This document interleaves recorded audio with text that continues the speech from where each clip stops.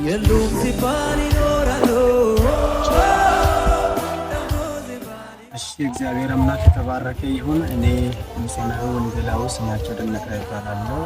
እግዚአብሔር የተባረከ ይሁን። አሁን የምንገኝበት በስልጤ ድንበር ላይ ስልጤ ዞን ክፍሉን ይዞ ባለበት በሻሾጎ ዙሪያ ነው የሚገኘው እና ከጥር ወር ጀምሮ በአደሩ አብያተ ክርስቲያናት ክርስቲያን ተማሪዎች በኃላፊነት በዚህ አካባቢ እንዲያገለግል እግዚአብሔር ጥሩን አመጣችቷል እና ቅድም የተናገሩ ወገኖቻችን በጌታ የሆኑ እንዳይጸኑ በዚህ ያዛ መካከል ያለችው ቤተክርስቲያን ስለሆነች ቤተሰብ እንዳይጸና አይዛብን ጊዜ ያው ተዋጋ ሲያስቸግር ቆይቷል።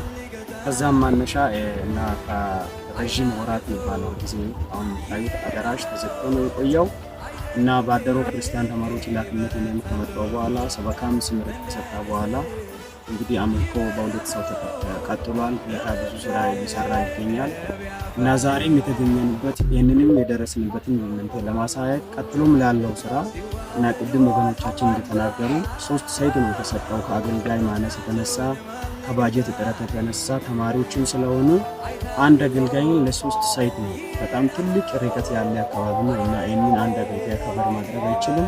የትችሉ በዓለም ዙሪያ ያላችሁ ቅዱሳን ጌታ ልብ ያላችሁ የእግዚአብሔርን ቤት አብረን እንድንሰራ የወንጌል አገልግሎትን እና ያገለገልነውን በጌታ ስለሚከፍለን እሱንም ያው ዋጋ ተመን ለዚህ አገልግሎት እጃችሁን እንድትዘረጉ እነዚህ ተማሪዎች ደግሞ የራሳቸው ገቢና ባጀት ያላቸው የጀመሩትንም አገልግሎት እንዲያስቀጥሉ መጨረሻ ላይ የሚያመሰግነው እነዚህ አስተባባሪዎችን ያደረው ክርስቲያን ተማሪዎችን በታማኝነት በጣም ደስ የሚለኝ ወጣቶች ናቸው። በታማኝነት እግዚአብሔር በልባቸው ስላስቀመጠው ሸክም በራሳቸው ሄዶ እያገለገሉ ሚሽንንም ሊቆ እያስከዳሉ ያሉ ወጣቶች በጣም አመሰግናቸዋለሁ። በእውነት እኔ ከጥር ወር ጀምሮ ወደዚህ ከመጣው ጊዜ ጀምሮ አንድም ቀን አላዘንኩም።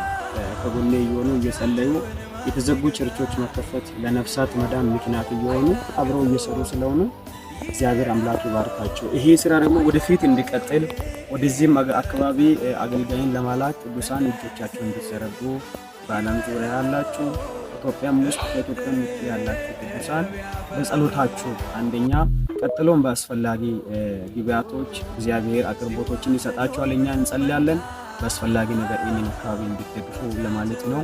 እግዚአብሔር አምላክ ዘመናችሁን ይባርክ። አመሰግናለሁ።